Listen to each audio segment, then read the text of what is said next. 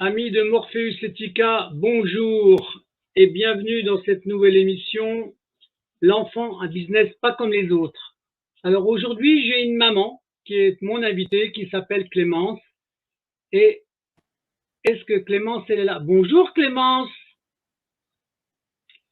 Bonjour Christophe. Bon, Clémence, tu es mon invitée aujourd'hui et tu vas raconter ton histoire. Tu vas nous dire dans quelle région tu es et je te laisse la parole pour raconter ton histoire. Donc, je suis accompagnée de mon fils, mon grand-fils. Tu as le droit. On taira les noms des enfants. Voilà.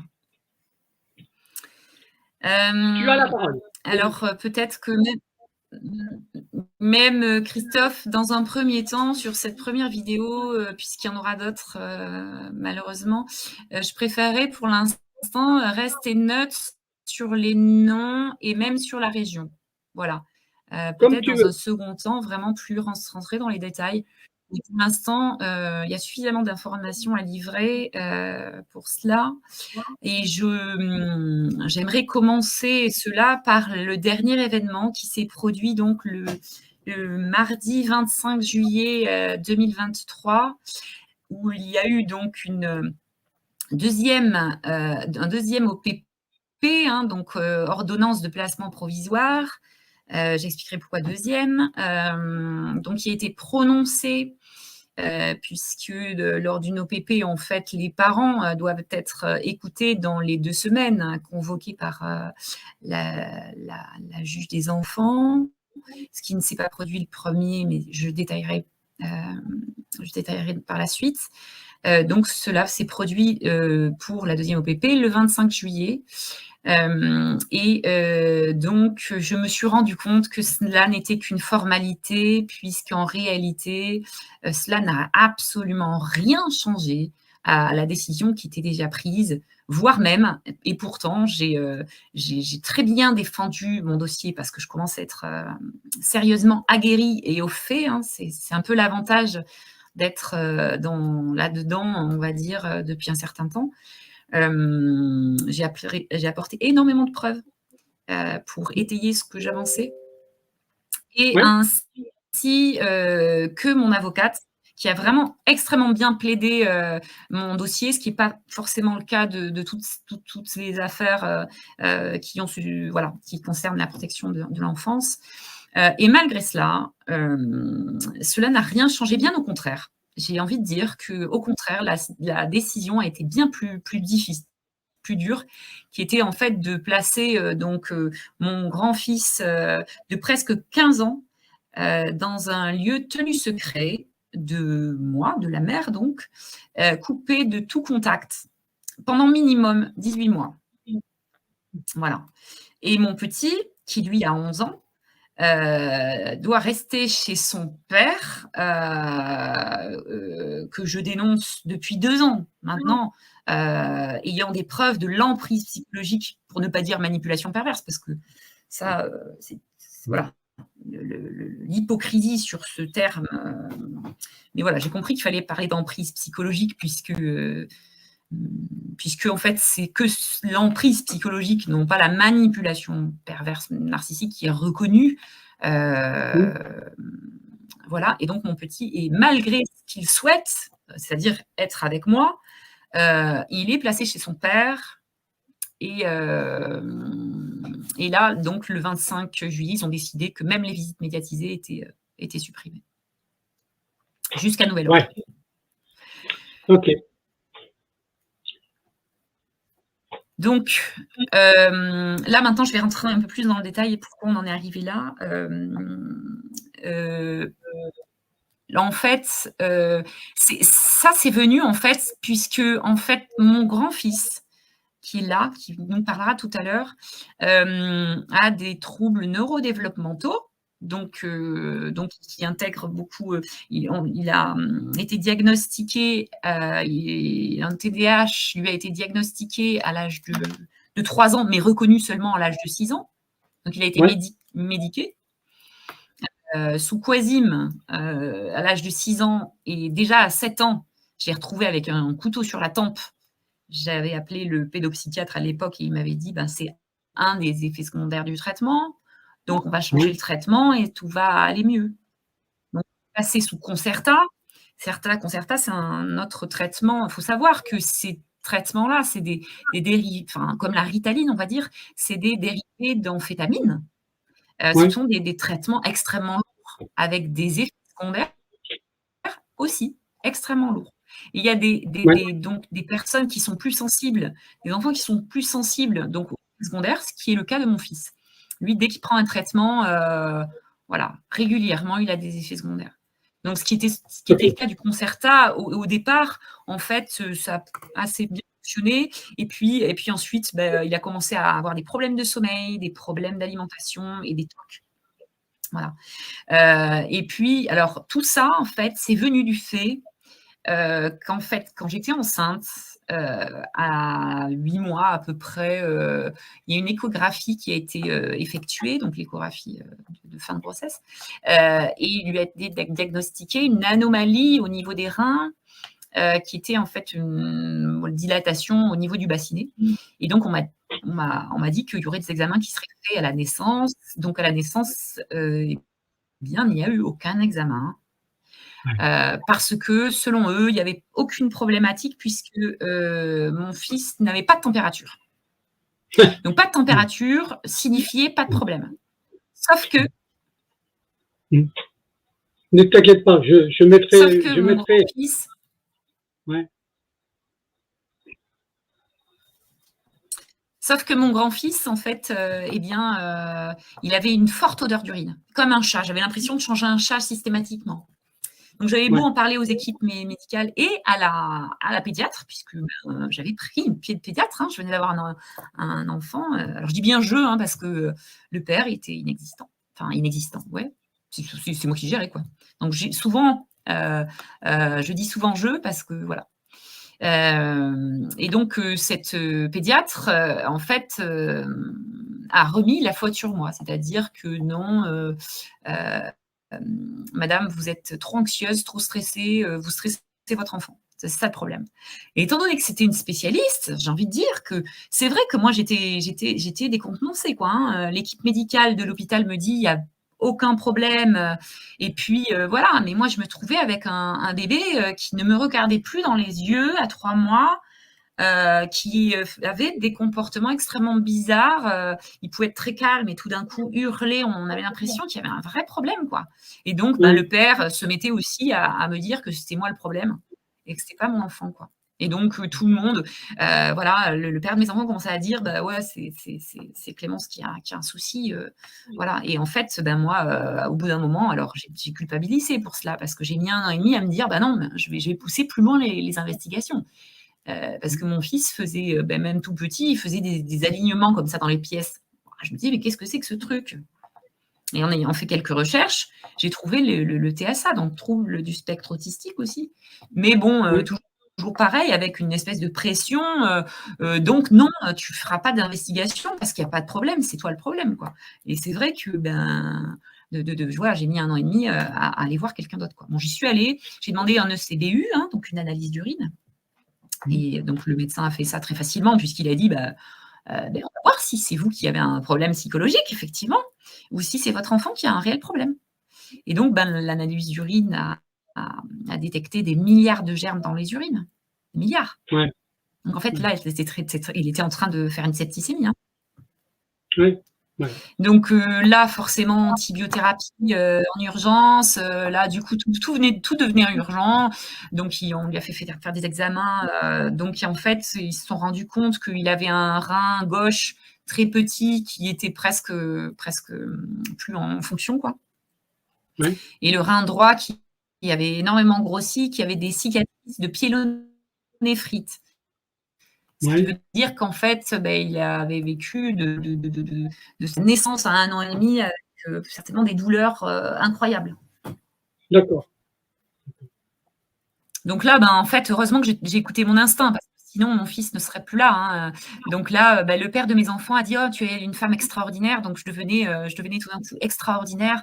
Grâce à moi, on avait pu, sauver notre fils, et cetera. Bon, malheureusement, ça Ouais. n'a pas duré bien longtemps cette, «Oh là là, tu es extraordinaire». Voilà. Il y a beaucoup de choses qui, 30 secondes. dans notre, Ouais, ouais, je te rappelle tout à l'heure, je suis en rendez-vous.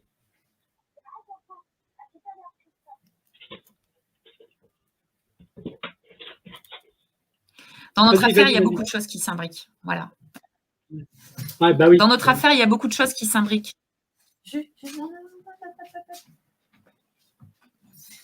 On reprend. Dans notre affaire, il y a beaucoup de choses qui s'imbriquent. Donc en fait, on ne sait pas effectivement, les troubles, bon, a priori, ce n'est pas lié, mais moi, je me pose des questions sur, qu'est-ce qu'un enfant, ayant un bébé qui a des douleurs comme ça insoutenables, qu'est-ce que voilà, est-ce qu'il développe pas? Je ne sais pas. Ça, je ne sais pas. J'ai pas la réponse, parce qu'en plus, quand, j'étais traitée sous Dépakine, étant jeune, il y a un gros scandale de la dépakine par rapport aux troubles neurodéveloppementaux des enfants. D'accord. Donc, est-ce que ça, c'est Ah oui. lié? Je suis sur une autre affaire aussi, hein, avec l'association Les Kangourous, voilà. Mais bon, D'accord. ça fait partie de tout ça, où on peut se poser des questions, voilà, voilà, c'est important d'écouter notre instinct, hein, donc voilà, donc assez 1 an et demi, on nous a dit: «Épée de Damoclès, votre Ouais. enfant fait des infections sans température». Donc il va falloir le connaître sur le bout des doigts, votre fils, par cœur, parce que là, Ouais. c'est les signes qui vont vous alerter sur le fait qu'il peut avoir une infection. Enfin voilà, il faudrait il va falloir que vous l'analysiez sous toutes les coutures. Voilà.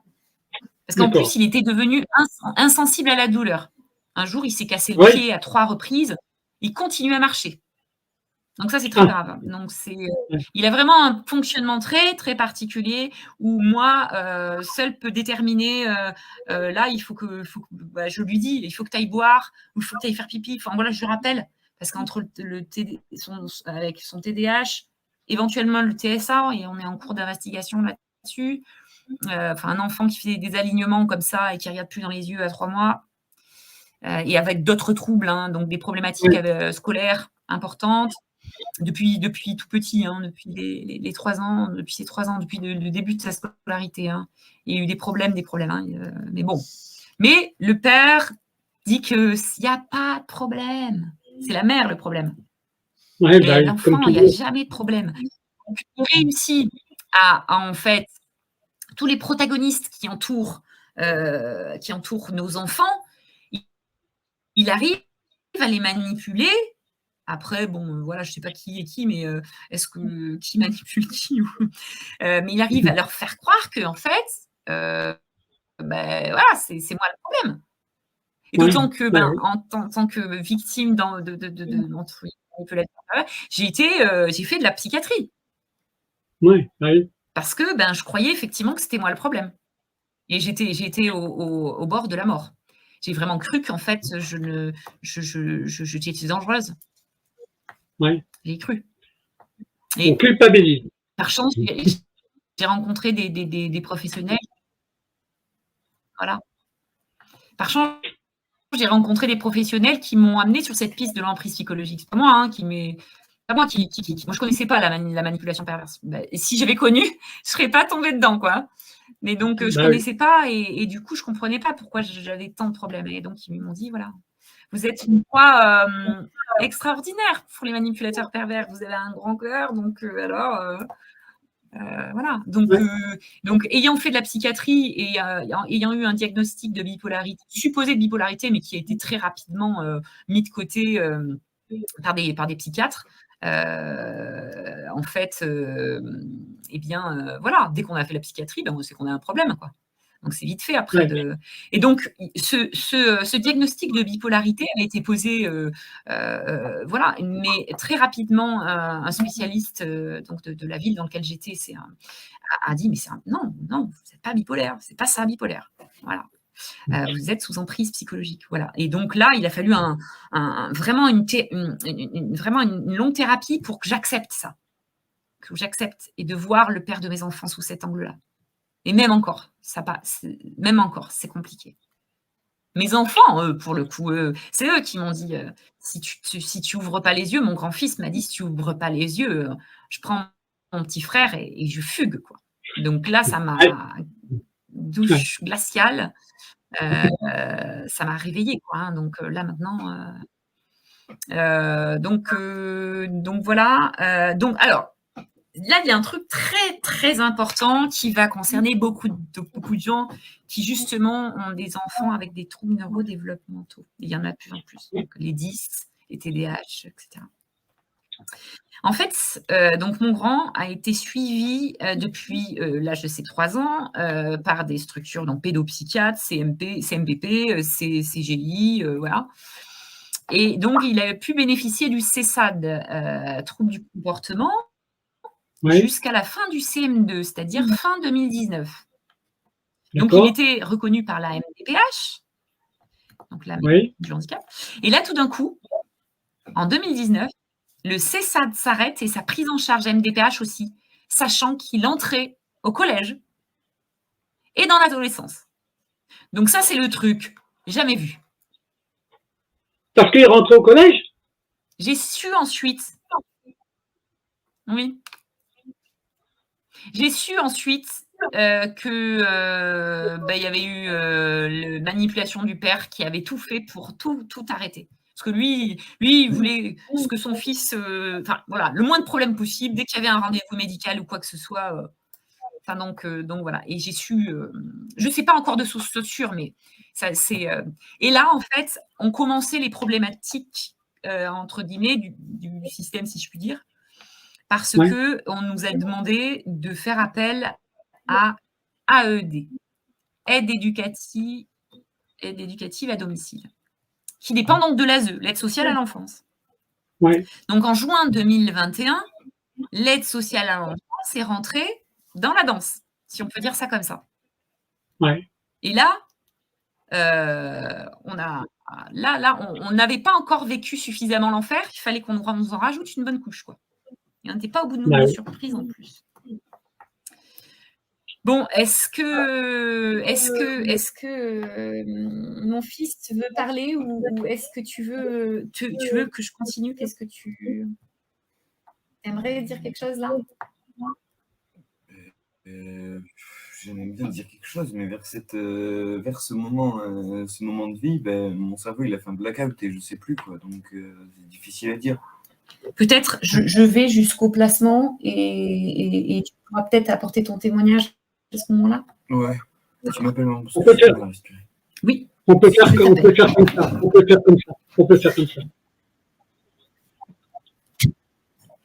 Donc juin 2021, donc une AED arrive et donc là directement je leur dis que je suis victime de manipulation perverse. J'étais persuadée que voilà, puisque les médecins m'avaient parlé de manipulation perverse, moi naïvement j'ai dit je suis victime de manipulation perverse et mes enfants aussi, on a besoin d'être protégés. Bah oui. Parce que j'avais déjà été voir les gendarmes. Les gendarmes avaient dit on peut rien faire parce qu'il n'y a pas de preuves, il n'y a pas de. Pourtant, j'avais beau raconter que le père de mes enfants tapait jusqu'à 100 dans les murs en disant tu vois c'est de ta faute, il n'y a que toi qui peux me mettre des trucs comme ça devant les enfants ou des trucs ou de la moquerie, de l'humiliation, de tout ce qu'on veut. Mais il y a à la gendarmerie, s'il n'y a pas la police, ils prennent pas ça. Ils prennent pas. Donc je ne pouvais même pas porter plainte ou quoi que ce soit. Donc je m'étais dit l'ASE, la protection de l'enfance, ils vont forcément protéger les enfants, c'est sûr. Donc, j'étais là soulagée en me disant ah super, je vais pouvoir me livrer. Et en plus, la directrice de l'ASE de ma ville et l'éducatrice avaient été là. Mais oui, madame, on vous comprend. Très, très compréhensive. En apparence. Grave.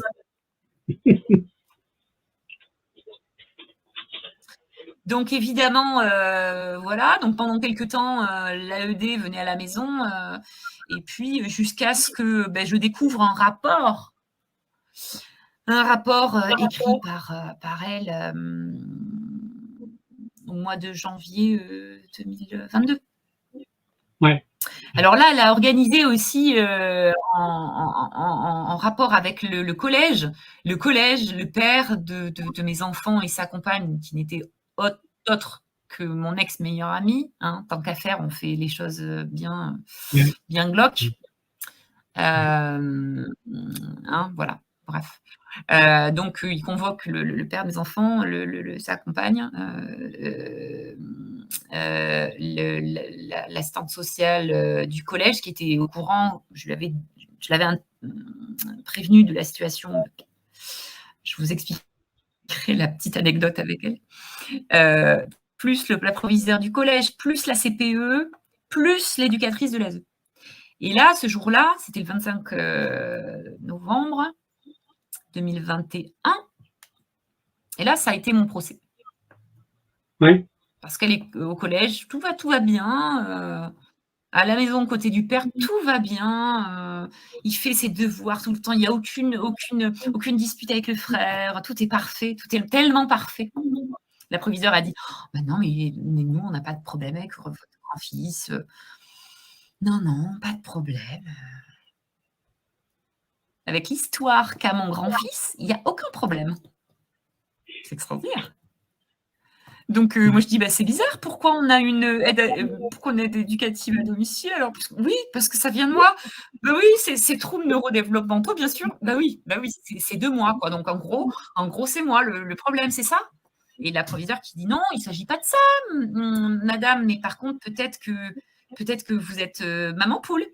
Maman protectrice ou etc. Bon, enfin, ça a été mon procès de A à Z, vraiment. Et à ce moment-là, l'éducatrice de l'ASE a dit c'est plus possible pour votre grand-fils parce qu'il va devenir fou, puisqu'on était en garde alternée, puisqu'on s'est séparés en décembre 2017. Enfin, j'ai fui de la maison, on va dire, en 2017. Et bref, on a mis en place une garde alternée, enfin. Bref, je ne peux pas tout vous expliquer en détail, ça serait trop long. Mais en fait, en gros, la garde alternée est très dangereuse parce que, en gros, mes enfants, sur une semaine, ils étaient comme en prison. Et après, sur ma semaine à moi, ils lâchaient. Et là, c'était moi, en réalité, chez qui ça lâchait parce qu'ils étaient en confiance. Mais du coup, étant donné que c'est moi qui avais les problèmes, on disait que c'était moi, quoi. C'était facile. Voilà. Donc, du coup, en fait, l'éducatrice de l'ASE a dit votre grand-fils, il ne peut plus rester comme ça. Mais pendant cette réunion au collège, hein, c'était hallucinant, quoi. Et donc, la proviseure qui dit de toute façon, ces gardes alternés, c'est vraiment n'importe quoi. Il va bien, ça ne marche pas bien chez le père. Allez, c'est bon. On envoie chez le père, c'est tout. Et bref, ça s'est décidé comme ça, quoi. Je dis en gros, voilà. Si j'ai bien compris, si moi je demande la garde de mes enfants, et donc j'avais un peu tout le monde contre moi, quoi. Ouais, bien sûr. Donc, du coup, en réalité, à la fin de cette réunion, vous montrer l'aspect perverse des choses, c'est que le père de mes enfants a carrément donné un document à tout le monde. Les 15 problématiques de notre fils et les 15 points étaient à charge contre moi. Ouais, ben. Et ça n'a posé de problème à personne de recevoir ça, même l'assistante sociale. Donc, l'assistante sociale, je l'avais eu il y a quelques temps, puisque je déscolarisais de temps en temps mon fils qui avait des soucis d'effets secondaires de ce traitement. Hein. Et sans ce traitement, il ne peut pas aller à l'école, très clairement. Il n'est pas. Voilà. Et donc, il y a des moments où, quand il ne dormait pas, quand il ne mangeait pas ou quoi, moi, il y avait des moments, je ne l'envoyais pas à l'école, tout simplement parce qu'il était en danger, quoi. Oui. Et donc, j'avais appelé l'assistante sociale pour expliquer, même le psychologue du collège. Et il m'a dit hein. Donc, l'assistante sociale du collège que j'avais contactée, oui, mais madame, l'école est obligatoire, donc voilà, c'est tout. Je dis, mais attendez, vous pouvez comprendre ça, vous êtes humaine. Et vous êtes humaine, vous pouvez vraiment comprendre. Elle dit, mais je n'ai pas à être humaine. J'ai à suivre des directives. Et là, je lui ai dit, mais madame, vous n'allez pas bien. Vous n'allez pas bien, madame. Je crois que vous avez besoin d'aide. Là, j'ai inversé les choses parce que moi, c'était tellement fou que j'ai préféré faire comme ça. Sinon, moi, je pète les plombs, quoi. Donc, je sais faire ça. Je tourne en... Je dis, ben non, Mais il n'est pas bien, madame. Je crois qu'il faut voilà, faut que vous soyez accompagnée parce que là, une assistante sociale qui n'a pas à être humaine, surtout dans un établissement qui reçoit des enfants, j'avoue, je ne comprends pas, quoi. Et là, elle m'a dit: «Bon, on va stopper là cette conversation parce que là, ce n'est pas possible». Je dis: «Oui, effectivement, effectivement, ça n'a pas de sens». Donc voilà, donc il n'empêche que juste après cette réunion-là, eh bien, voilà, j'ai quelque part été obligée d'accepter, le fait que mes enfants, soient en garde chez le père, quoi, entre guillemets. Oui. Voilà. Puis naïvement, je me suis dit, pour rien te cacher, Christophe, je me suis dit naïvement, mais ils vont vite se rendre compte que chez le père, il y a un problème, quoi. Bah oui. Mais c'était extrêmement naïf de ma part. C'est le système qui est comme Donc ça. en janvier 2022, mon grand fugue de chez son père. Donc il est resté à peine 10 jours. Pour lui, c'était tellement l'enfer puisque il n'a pas le droit d'exister, quoi. Pas le droit d'exister. Ouais. Pas le droit d'exister. Voilà. Donc, triste il y avait des situation. viols psychologiques à longueur de temps en disant que ta mère, elle est complètement folle, elle est dangereuse et elle a voulu t'abandonner à plusieurs reprises. Et le pire, c'est que ça a marché, en fait, en partie avec mes enfants, quoi. Oui. Jusqu'à ce que mon grand se rende compte que moi, je critiquais rarement, en fait, le père et la belle-mère, malgré ce qu'il m'avait fait, hein. Malgré ce qu'il m'avait fait, parce que je peux vous garantir que j'ai effectivement fait voir des vertes et des pas mûres, comme on dit. Ouais, ben. Mais malgré tout, non, je ne mettais pas mes enfants au cœur de ça. Alors après, il y a un autre truc dont je me suis rendu compte que mes enfants m'ont éveillée, c'est-à-dire que quand effectivement les enfants sont au cœur, et ça c'est très important parce qu'on met systématiquement ce conflit parental. Il faut comprendre qu'en fait, ce conflit parental qui est utilisé, hein, puisqu'ils nous disent toujours oui, les enfants sont au cœur d'un conflit parental, etc. Alors c'est vrai pour beaucoup de dossiers, mais c'est pas vrai pour beaucoup d'autres qui dénoncent justement que ce soit la manipulation perverse, l'inceste, le viol, etc. Donc en fait, quand on est dans ce cadre-là, il faut savoir que quand on essaye de protéger, entre guillemets, nos enfants en ne parlant pas de cette affaire, en essayant de les maintenir dans leur enfance, mais allez-y, oui, oui, non, c'est joyeux, machin. En fait, on les met en danger. On les met en danger parce que sans l'outil de manipulation, ils servent d'outil de manipulation pour atteindre l'autre. Oui. Ah oui, bien sûr. Ils font partie du conflit. Donc de le couper, c'est-à-dire d'arracher les enfants en placement en disant l'excuse, en disant c'est pour les enlever du conflit parental, en fait, ça les met encore plus en danger parce qu'ils sont coupés du lien protecteur. Puisque, c'est souvent des femmes, hein, on peut le voir, ce sont des femmes qui protègent. Mais il y a des papas, comme tu le sais, Christophe, puisque tu en interviews quand même quelques-uns. Donc, en les coupant de ce lien de protection, on les met encore plus en danger.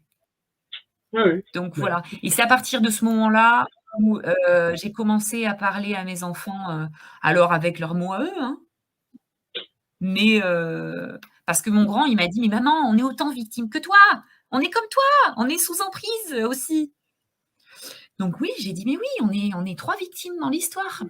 On est 3 victimes dans l'histoire». Donc à partir de ce moment-là, ça a été beaucoup mieux avec les enfants, on était moins, on était en équipe.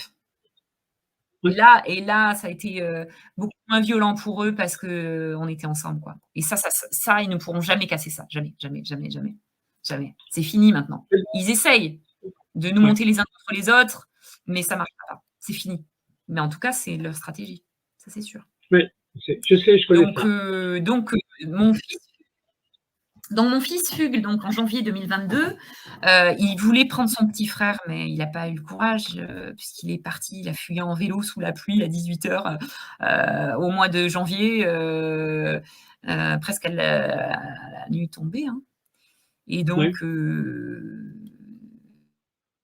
c'est là où j'ai récupéré mon grand et que j'ai dit: «Bon, maintenant, on arrête le délire». Et donc, je l'ai déscolarisé jusqu'à nouvel ordre, hein, on va dire, jusqu'à éclaircir l'affaire, puisque le collège avait mis son nez dans notre affaire personnelle. Il était hors de question que je continue à l'envoyer dans ce collège où il l'avait mis en danger, clairement et simplement. Donc moi, je voulais attendre un petit peu.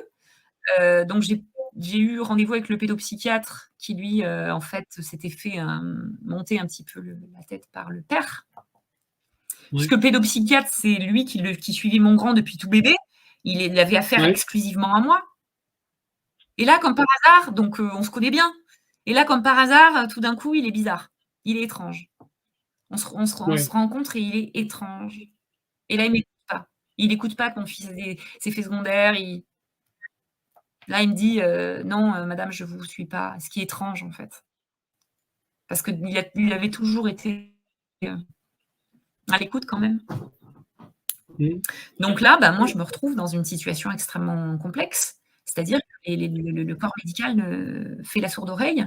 Le corps éducatif fait la sourde oreille. Pourtant, j'avais des contacts régulièrement avec la proviseure et elle connaissait le truc. Je leur avais dit que j'étais sous emprise. La CPE avait même dit « Mais moi, je connais bien ça puisque je l'ai connu moi-même personnellement. » Et en fait, je me suis rendu compte, je me dis « Mais c'est quoi ? Il y a un problème. » Et du coup, je n'avais pas compris la teneur du truc. C'est-à-dire, qu'est-ce qui se jouait derrière mon dos ? Qu'est-ce qui se jouait ? Et donc, la juge des enfants a été saisie en mars 2022. Donc, alors, je n'ai pas su directement par qui elle avait été saisie. Je ne savais pas si c'était le pédopsychiatre ou justement l'ASE. Puisque moi, jusqu'à présent, je pensais que l'ASE, ils étaient avec moi. Enfin, ils étaient avec moi. À la réunion, plus trop. Mais oui. C'est bon, je crois que je suis sortie du déni non, j'ai compris. Hein. Et donc il y a eu cette audience JE. Et là, naïvement aussi, je lui ai dit que j'étais sous emprise psychologique. Madame la juge, s'il vous plaît, sortez-nous de cet enfer. Oui, mais madame, vous avez déscolarisé votre fils. Je dis, ben oui, mais bon, il faut bien que je lui trouve une structure adaptée. Il ne peut pas aller à l'école sans traitement. Et son traitement, ça lui fait des effets secondaires qui sont peu pour sa santé. Je ne peux pas l'envoyer comme ça. Non, mais je ne suis pas d'accord. Je dis, ben, je suis d'accord. Moi, non plus, je veux l'envoyer à l'école, il n'y a pas de souci, mais qu'ils soient en sécurité. Et là, je me suis fait cataloguer direct. Et là, elle a ordonné une mesure judiciaire d'application, MJE, et une expertise psychiatrique des 4 membres de la famille. Et tout cela, dans un an, on se revoit dans un an, et la mesure judiciaire, il y a un an pour la mesure judiciaire et l'expertise. C'est complètement fou. Mais au moins, je lui envoie un mail dans la foulée et lui demander des explications sur sa décision, puisque dans le cadre de manipulation perverse, en fait, toute attente est insupportable. On est en non-assistance à personne en danger. J'avais posé une main courante pour ça, pour dire qui nous protège. Et en fait, malgré tout ça, j'ai contacté l'expert psychiatre parce que moi, j'étais contente de cette expertise. Je m'étais dit, super, en fait. Sauf que je me suis rendu compte que j'ai mené ma petite enquête parce que j'avais contacté l'expert psychiatre pour que l'expertise se fasse rapidement. Je m'étais naïvement dit que, en fait, dès que j'aurais contact avec l'expert psychiatre, il comprendrait l'urgence de la situation. Mais pas du tout. Lui, il a dit, ah ben non, j'ai jusqu'au 1er février 2023, c'est bon, j'ai le temps. Et là, j'ai dit, mais il y a de la manipulation perverse. Et là, j'ai mené ma petite enquête sur l'expert et je me suis rendu compte qu'il était anti-mère.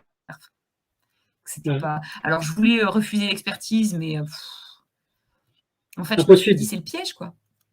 Donc j'ai déménagé en juillet pour pouvoir m'extirper un peu de ça et surtout extirper mon grand qui commençait à devenir, commençait à devenir très, très grave. Et bien sûr, depuis janvier, puisque mon petit n'a pas pu fuguer, lui, il était encore chez son père et j'ai eu beau lui donner des portables pour qu'il puisse m'appeler quand il était chez son père. Son père et la belle-mère, entre guillemets, assisté magnifiquement, confisqué les portables. Je ne pouvais pas le joindre, en fait, jamais. Et lui, il ne pouvait jamais me joindre. Et ça, la juge lui avait dit. Elle a dit, ah ben oui, mais à 10 ans, on n'a pas de portable, c'est normal. Les faux prétextes. Je ne vais pas demander à ce qu'il ait un portable. J'ai demandé à ce qu'il ait un portable quand il puisse me joindre. Ouais. Donc même ça, en fait. Et donc, il a été coupé de ma famille. Donc, depuis, en fait, janvier 2022, ma famille ne peut pas les joindre. Ne peut pas le joindre, mon petit. C'est grave quand même. Ouais, c'est grave. Donc, en fait, donc en mars, donc en juillet, j'ai déménagé parce qu'en plus, j'avais trouvé une structure éventuellement adaptée, une MFR, donc maison familiale rurale, pour que mon grand ait plus de stages pour faire en fait avec ses mains. Et en fait, du coup, j'ai déménagé dans un autre département. Mais du coup, le père et mon petit étaient dans le département d'origine. Hein, donc la mesure judiciaire d'investigation a commencé en septembre. Et avec une super personne, vraiment une super personne, je pourrais le citer dans les vidéos. Autant ceux qui n'ont pas été dans le bon sens, je les citerai aussi, mais autant ceux qui ont été dans le bon sens, vraiment. Et donc, il a mené cette investigation de septembre à presque décembre. Ouais. Et en novembre, la juge des enfants s'est dessaisie du dossier. Ah oui, carrément. En stipulant que on avait déménagé, donc elle estimait que mon grand était le mineur le plus en danger, donc elle se dessaisit aux faveurs du tribunal dans lequel nous étions dans ce département. Ce qui est complètement fou, parce qu'elle sait très bien que si elle se dessaisit, eh bien l'affaire va être encore plus longue. Donc ça n'a pas de sens. Ça n'a pas de sens. Ouais. Donc mon grand, en fait, il est désorienté. Parce que il faut savoir que les enfants qui ont des troubles neurodéveloppementaux, ils ont encore plus besoin de repères. Je dis pas que les enfants, en général, n'ont pas besoin de repères. Bien sûr, oui. Mais pour ces enfants-là, c'est très, très grave. Donc là, mon grand, de nouveau, on partait. Parce que pour mes enfants, 1 an déjà, de mars 2022 à mars 2023, c'est déjà le bout du monde, quoi. Ouais. Mais je leur avais dit, bon, promis, les enfants, mars 2023, c'est tout terminé. L'affaire est mise en lumière et il n'y a plus de soucis. Je vous promets, il n'y a plus de soucis. Ben là, je suis tombée à l'eau, en fait. Ouais, Sol dérobé. Là, je décide de faire appel parce que il y avait l'histoire de JAF aussi. Parce que ce qui est fou dans notre histoire, c'est qu'il n'y a pas de JAF non plus. Le JAF alors, le père de mes enfants l'avait saisi. Moi, je ne voulais pas le saisir parce que, vu que tout était contre moi, j'étais sûre de perdre la garde de mes enfants, donc il était hors de question que je le saisisse. J'attendais d'avoir plus de billes pour moi pour saisir un JAF. Donc, mais le père de mes enfants l'a fait. Et en fait, il a dit oui, la mère de mes enfants est dangereuse puisqu'elle est bipolaire, elle ne prend pas ses traitements. Et puis, mon grand-fils, elle ne lui donne pas ses traitements. Enfin bref, la mère est irresponsable au possible. Et il n'empêche que, donc, il devait y avoir la première audience en mai 2022, sachant que le JAF, il avait auditionné mon grand-fils. Oui. Mon grand-fils qui lui avait dit qu'il aurait préféré que son père le fracasse contre le mur, qu'il lui fracture le crâne en deux, qui saigne pour qu'il voit la violence de ce que son père leur infligeait à lui et son frère, la violence. Mais étant donné que c'était invisible, qu'il était presque persuadé que il ne se passerait rien. Et malheureusement, il avait raison. Oui. Donc, ce JAF, en fait, mai 2022, il reporte l'affaire en disant il n'y a pas assez de pièces, on reporte en octobre. En octobre 2022, on reporte, il n'y a pas assez de pièces. En janvier 2023, on reporte, il n'y a pas assez de pièces. En mars 2023, on reporte, il n'y a pas assez de pièces. Et jusqu'à ce que ce soit donc la prochaine audience, c'est le 10 octobre 2023. Il n'y a pas de JAF. Il n'y a pas de JAF. Alors que moi, j'ai même donné un certificat de mon psychiatre pour prouver que je n'étais pas bipolaire. Et en fait, les psychiatres qui m'avaient suivi avaient accepté que le père de mes enfants me contacte. Les contacts pour le rassurer, parce que moi, je pensais bien qu'il avait besoin d'être rassuré. Ben oui, j'avais eu un diagnostic de bipolarité. C'était normal que le père de mes enfants s'inquiète. Mais à partir du moment où je lui ai dit « Mais appelle-les, il n'y a pas de problème, ils vont faire une exception, ils ont compris la situation, appelle-les. » Je lui dis « J'ai toujours appelé, tu les appelais ?» Non, ils ne les appelaient pas, jamais. Et donc là, le psychiatre avait accepté de me faire une attestation pour prouver que je n'avais pas de trouble bipolaire. Je n'ai pas de trouble bipolaire. Donc le JAF, il avait ces deux trucs, c'est-à-dire qu'il avait donc par son avocate, madame elle est trouble bipolaire et elle se soigne pas, et il y avait le psychiatre, donc la preuve, qui disait non, madame n'a pas de trouble bipolaire. Alors après, ils ont commencé à vu qu'elle n'a pas de trouble bipolaire, elle a peut-être autre chose. Enfin bref, après, ils étaient partis dans tout un tas de trucs. Mais bon, bref, il aurait dû statuer. Le JAF aurait dû, même la juge des enfants, elle l'avait cette pièce. La juge des enfants aurait dû voir. Rien que pour ça, en fait, ça se voit la manipulation. C'est facile. Bien sûr, bien sûr. Ben non. Et donc, ils font que ça, ils ne font que ça. Pour revenir à... Voilà, c'est ça que je me suis rendu compte assez follement. Je te téléphone, Roger, après, je suis en émission. Merci. Ok, d'accord, pas de souci, mon grand. Allez, à plus tard. Salut. Salut. Donc, non, mais en tout cas, Clément, ils font toujours comme ça. Hein. Ils font toujours comme ça. Mais c'est ce que je comprends. Hein. C'est ce que je comprends. Ouais. Mais il fallait que je passe par toutes les étapes du réveil, quoi, visiblement. Hein. Et donc, en fait, pour l'ASE, en fait, je me suis rendu compte de leur perversion. Alors, naïvement au départ, parce que quand j'ai lu le rapport, juste avant d'aller chez la juge des enfants, donc la première audition chez la juge des enfants, là, en mars 2022, j'ai pu aller consulter chez mon avocate le rapport de l'ASE. Déjà, je trouvais, mais pourquoi on n'a pas de copie, quoi? Alors, il faut comprendre que c'est voulu, c'est volontaire. Déjà, c'est volontaire. Hein. Bizarre. J'ai compris après. Et donc, ce rapport, il y avait des anomalies à n'en plus finir, des mensonges à n'en plus finir. Donc là, j'ai tout listé, j'ai tout donné à mon avocate. Et mon avocate extra a tout transmis au juge. Et le jour de l'audience, la juge des enfants qui regarde mon avocate et elle lui dit « Plus jamais ça, plus jamais vous me faites un truc comme ça, jamais ». Elle s'est fait pourrir. Et là, j'étais là, mais en fait, c'est juste remettre la vérité à sa place, quoi. Hein. Bien sûr, bien sûr. Et donc là, j'ai compris ce qui se jouait aussi entre avocat et juge. C'est-à-dire que même si un avocat essaye de faire son travail, entre guillemets, eh bien, en fait, ils ont des juges qui, en fait, ils leur mettent une pression tellement énorme qu'en fait, ils les font taire, quoi. Ouais. Ils cassent la carrière des avocats. Voilà, c'est ça. C'est ça. Exactement. Mais malgré tout, mon avocate n'a rien lâché. Alors, elle n'a rien lâché jusqu'à un certain point. Vous allez comprendre. Je suis en émission, Bernard. Elle n'a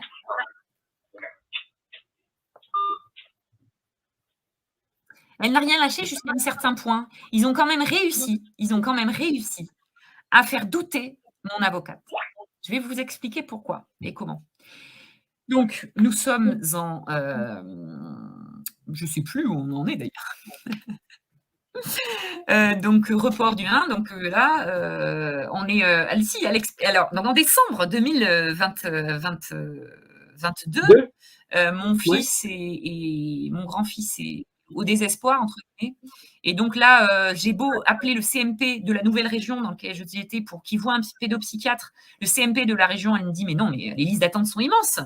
Donc là, c'est impossible. Oui. Il faut que vous alliez à l'hôpital. Voilà.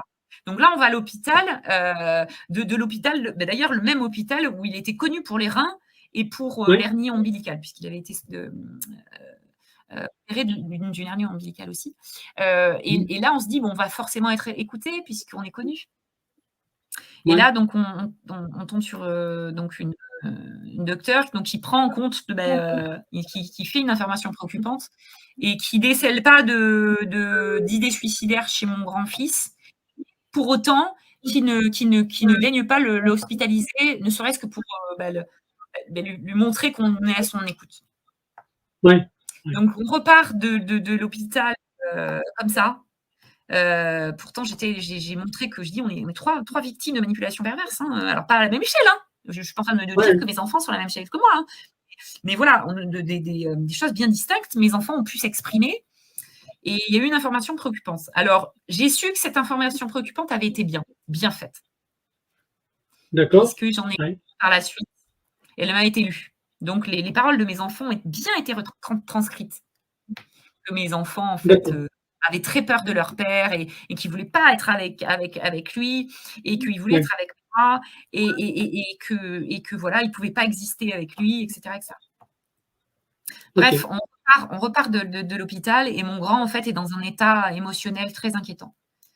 Et là, il me dit: «Maman, j'en peux plus, maman, j'en peux plus». Et j'ai dit: «Bon, t'inquiète pas, ça va aller». Mais moi, j'étais un petit peu, je savais plus quoi faire, quoi. Je savais plus, Ouais. vraiment plus quoi faire. Et là, le lendemain, bref, dans la cuisine, il vient me voir et il me dit: «Ça y est, maman». J'ai dit: «Quoi, ça y est?» «Bah, j'ai pris les traitements». J'ai pris les traitements de quoi? Il dit: «Oui». Ben, j'en pouvais plus, donc tu sais quoi? J'ai pris des Concerta, vu qu'ils veulent que je prenne des Concerta, ils veulent que je prenne des médocs. Et ben, j'en ai pris 6.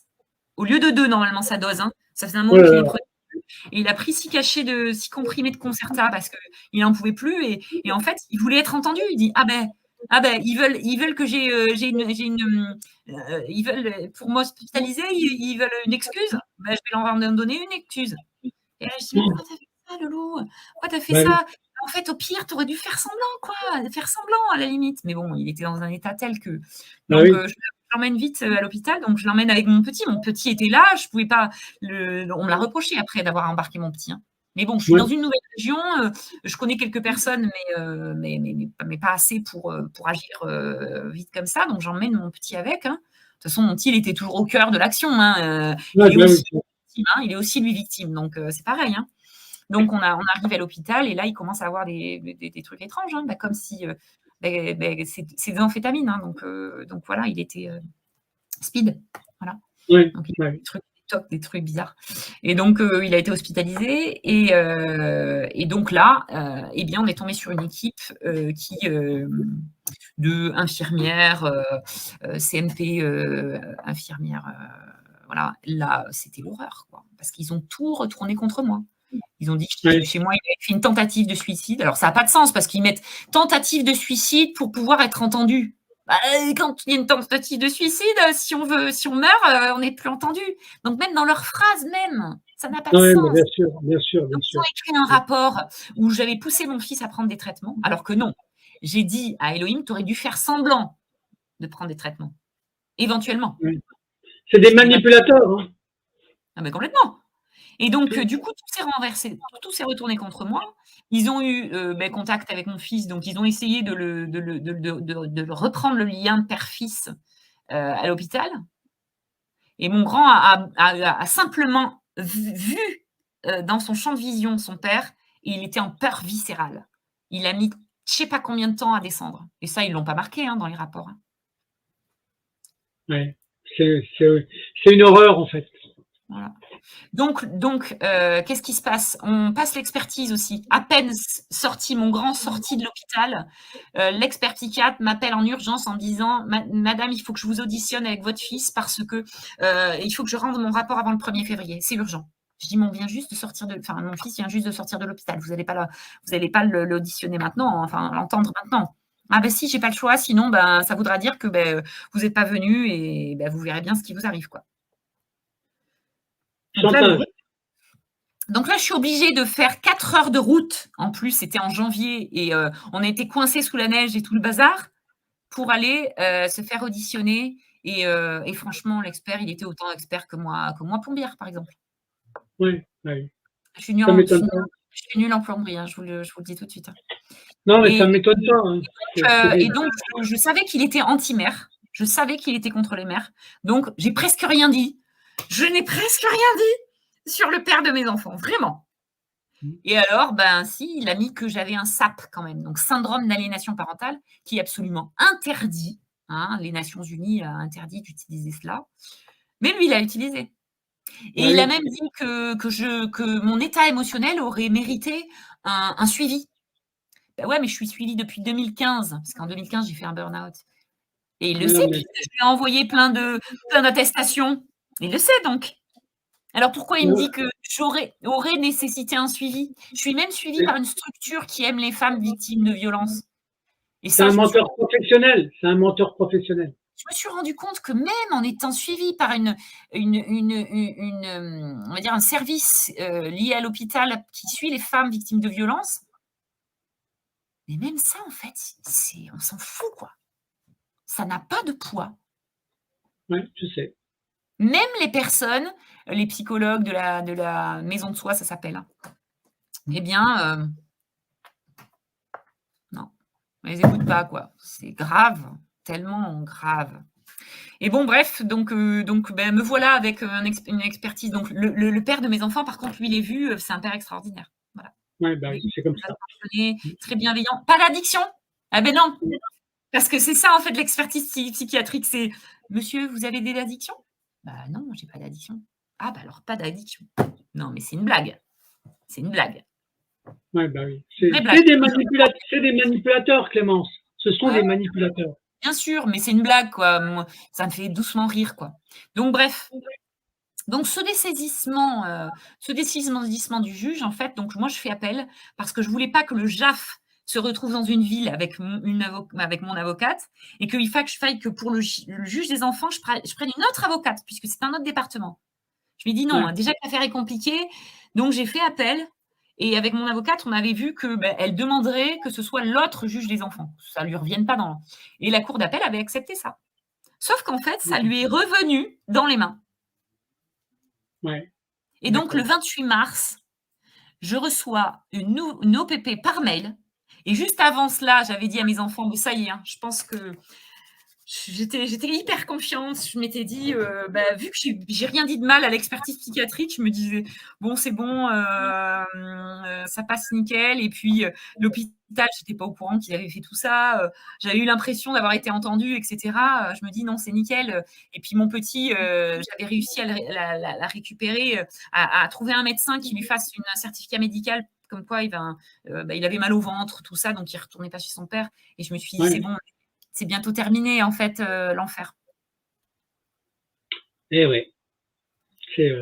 Non, ça, c'était que l'entrée, en fait. C'était la mise en bouche.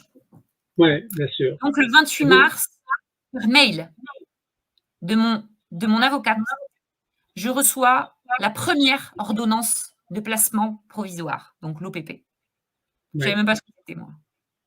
Et donc là, mon avocate ne me contacte même pas par téléphone. Elle m'envoie ce document par mail et elle me dit, le 1er avril, votre grand sera placé dans une structure de l'aide sociale à l'enfance jusqu'au 30 septembre et votre petit sera placé chez son père et vous pourrez le voir qu'en visite médiatisée. Mais par contre, votre grand, vous serez coupé de tout lien. Putain, c'est une horreur. Donc là, j'annonce ça à mes enfants.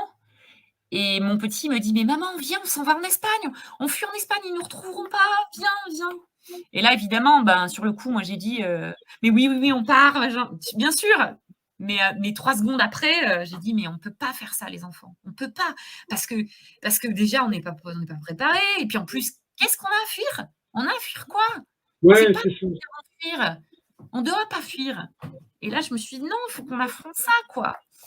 Donc là, j'ai essayé de préparer mes enfants tant bien que mal, en fait, en les motivant, en leur disant « mais on va rien lâcher, je vous promets qu'on lâchera rien et la vérité, elle va sortir, quoi ». Et donc là, contre toute attente, le 31 mars, des amis à nous étaient à la maison, mon conjoint aussi. Et là, les services sociaux qui débarquent du nouveau département dans lequel j'étais. Donc 2 éducateurs qui débarquent. Ils m'ont à peine prévenu, apparemment, ils m'auraient appelé une demi-heure avant. Donc là, ils débarquent et sans documents, sans rien, de manière extrêmement illégale et en me disant, voilà, on vient chercher vos enfants. Je dis, mais oui, mais on n'est pas le 1er avril, que je sache. Ah mais on ne travaille pas, nous, le 1er avril, c'est un samedi, madame. Je dis, peu importe, vous repartez. Moi, mes enfants, c'est le 1er avril. Déjà que c'est complètement injuste, je ne vais pas en plus... Et là, en fait, ils ont commencé à prendre les enfants à partie. Madame, si vous vous opposez, en fait, ce sera encore plus violent pour vos enfants. Et là, ils m'ont fait comprendre qu'ils n'hésiteraient pas à utiliser la violence. Oui. Et naïvement, je me disais, j'ai dit aux enfants, mais ça ne va pas durer, je vous assure, dans 15 jours, là, c'est fini. J'étais sûre, parce que j'étais persuadée, encore une fois, j'avais besoin d'y croire aussi, il faut dire. Hein. Il y a des moments où on se raconte des histoires parce qu'on a besoin. Sinon, on meurt. On ne peut pas tenir à ça. Oui, donc, enfants, mais non, non, vous inquiétez pas, les enfants, voilà, je disais à mon petit, t'inquiète pas, tu vas repartir chez papa, mais je vais bientôt te récupérer. N'aie pas peur, n'aie pas peur. Voilà. Reste dans ta bulle, dans ta chambre, voilà, reste dans ton imaginaire, protège-toi, tu sais faire, protège-toi, puis n'aie pas peur pour maman et ton frère, parce que ton frère, voilà, prends soin de toi et t'as ta chambre pour t'isoler, n'aie pas peur. Donc voilà, et il n'empêche que du coup, mon grand a été amené donc dans cette famille d'accueil où il a servi, sans blague, d'esclave. Oui, C'est mais pas c'est ça. Christophe, je suppose que tu connais le sujet aussi. Oui, bien sûr, bien sûr, bien sûr. C'est-à-dire que, eh bien, il a servi Ouais, d'aide ménagère, d'aide, à tout quoi. Il c'est n'avait pas vrai. d'activité, pas d'écran possible, donc pas d'écran possible, pas d'activité, pas de sortie, hein, il sortait pas, il avait pas le droit de sortir, pas le droit de rester dans sa chambre. Donc les personnes avaient, avoisiné les plus de 70 ans et en Oui, fait, non, mais c'est lui donc ici présent qui leur servait de psychologue parce que dès qu'il ouais, essayait d'exprimer quoi que ce soit, eh bien, bah non, on parle pas de cette histoire quoi, hein. d'accord. Donc là, il Bon, vous en parlera peut-être, mais voilà. Donc alors, Clémence, là, on arrive, parce que là, tu as fait un exposé total, pratiquement, d'accord? On arrive au terme de l'heure. Donc, est-ce que ton fils, il a envie de dire un mot en conclusion ou avant qu'on refasse une autre émission? Parce que là, où il veut alors participer. je fais Ouais, juste, je boucle juste la truc et que je lui laisse la parole. Donc là, en fait, il va fuguer et je serai auditionnée en fait à la gendarmerie pendant 4h30 d'audience pour soustraction d'enfants. Voilà, pour ne d'accord. pas renvoyer mon grand dans sa famille d'accueil. Et bref, en tout cas, je fais appel de la décision. Je gagne puisque, en fait, il y avait un vice de procédure puisqu'on doit être entendu en tant que parent 15 jours après l'OPP et ce qui n'avait pas été fait. Et là, je gagne. Alors qu'ils ne me disent pas que c'est sur la forme. Ils me disent, non, vous avez gagné, on vous remet les enfants. Et 3 jours après, une nouvelle OPP, donc bien plus grave, et prononcée avec une audience donc le 25 juillet. Et la boucle est bouclée. On revient à ce que je vous disais au début de l'émission. Ouais, c'est ça. Okay. C'est bien un système pervers. Hein. Alors, je veux quand même faire la petite parenthèse positive. C'est qu'en fait, l'éducatrice de l'ASE a trouvé ça tellement grave d'être coupée de mon petit qu'elle a, le lendemain, appelé la juge en disant « Non, on ne peut pas couper le petit parce qu'il a un syndrome abandonnique. Donc, il a vraiment besoin de voir sa mère. » Et elle a réussi, en fait, à me débloquer les visites médiatisées. Donc, elles seront faites. Et du coup, mon grand, il n'est pas placé parce qu'il ne lui trouve pas de structure. Et le fait que moi, je me sois vraiment défendue, et c'est ça qu'il faut que je dise, c'est que quand on se défend vraiment et qu'on n'ait pas peur de dire les choses, ben sur le coup, ils nous font croire qu'ils nous mettent la pression parce qu'ils m'ont mis une pression immense. Voilà, vous êtes inconsciente d'avoir fait ça. Mais en fait, je suis sûre qu'après, ils sont piégés. Et donc là, ben, ils n'ont pas de structure pour lui pour l'instant. Donc, ben, il est avec moi encore. Voilà, c'était la parenthèse positive. Et voilà. C'est le point positif de fin, en fait. D'accord. Voilà, merci, merci. Je laisse la parole à mon grand. Ok. Allez, tu nous dis une petite vérité. Bonjour, jeune homme. Bonjour. Alors, vas-y, dis-nous. Moi, je vous Dis-nous ce que tu subis. Je subis beaucoup de viols psychologiques. Peut-être que pour quelques-uns, ça fait bizarre de dire viol psychologique, mais c'est vraiment ça. C'est de la torture d'enfants, que ce soit physique ou psychologique. La réalité fait tant mal, mais ces personnes ne sont que apparences. Ça nous a fait croire des apparences magnifiques, mais en fait, derrière, ce n'est que haine et souffrance. Ouais. Et ça, on l'a connu, on l'a toujours connu. Que ce soit de mon géniteur ou de ce système très, très, très pervers. Et moi, je l'ai connu en tant que famille d'accueil où les viols psychologiques s'enchaînaient, tout comme chez mon géniteur. Malheureusement, la réalité fait parfois peur, comme ces gens m'ont fait beaucoup peur, qui me font encore peur d'ailleurs. La fois où ils sont venus me chercher, j'étais paralysé, je ne pouvais plus bouger, j'y arrivais plus. Je disais à mon petit frère, je disais on va y arriver, mais j'y croyais plus. Donc j'ai fugué au bout de 2 semaines de cette famille d'accueil, mais c'était trop dur. J'étais prêt à exploser et à faire de grosses conneries. Ouais. Voilà, c'est quelques points importants à dire. D'accord. Je suppose que là, tu te sens mieux maintenant, là, avec ta maman, en fait. Je me suis toujours senti mieux chez ma mère, même si c'est très dur d'être dans ce truc du fait qu'ils disent que c'est un conflit parental et que ma mère m'aliène, entre guillemets. Ouais. Et en fait, pas du tout, elle m'aliène pas du tout. Et c'est juste ces gens qui sont menteurs professionnels, encore une fois, et qui manipulent tout, quoi. Alors, tu vois, tu utilises le mot menteur et c'est le vrai mot qu'il faut utiliser. Tu as un encadrement de menteur professionnel. C'est comme ça qu'ils enlèvent les enfants, en fait. Ouais. Hein? Bon, eh ben, écoute, le message, il va circuler. Ben, merci de m'avoir écouté, Christophe.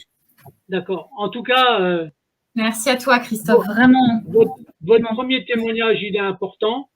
Il sera en ligne. Je vais faire les 2 petites coupures, où il y en a 3. Il y a 3 petites coupures que j'enlèverai. D'accord? Mais en tout cas, votre témoignage, il est important et ça va aider d'autres mamans, d'autres enfants. OK? D'accord.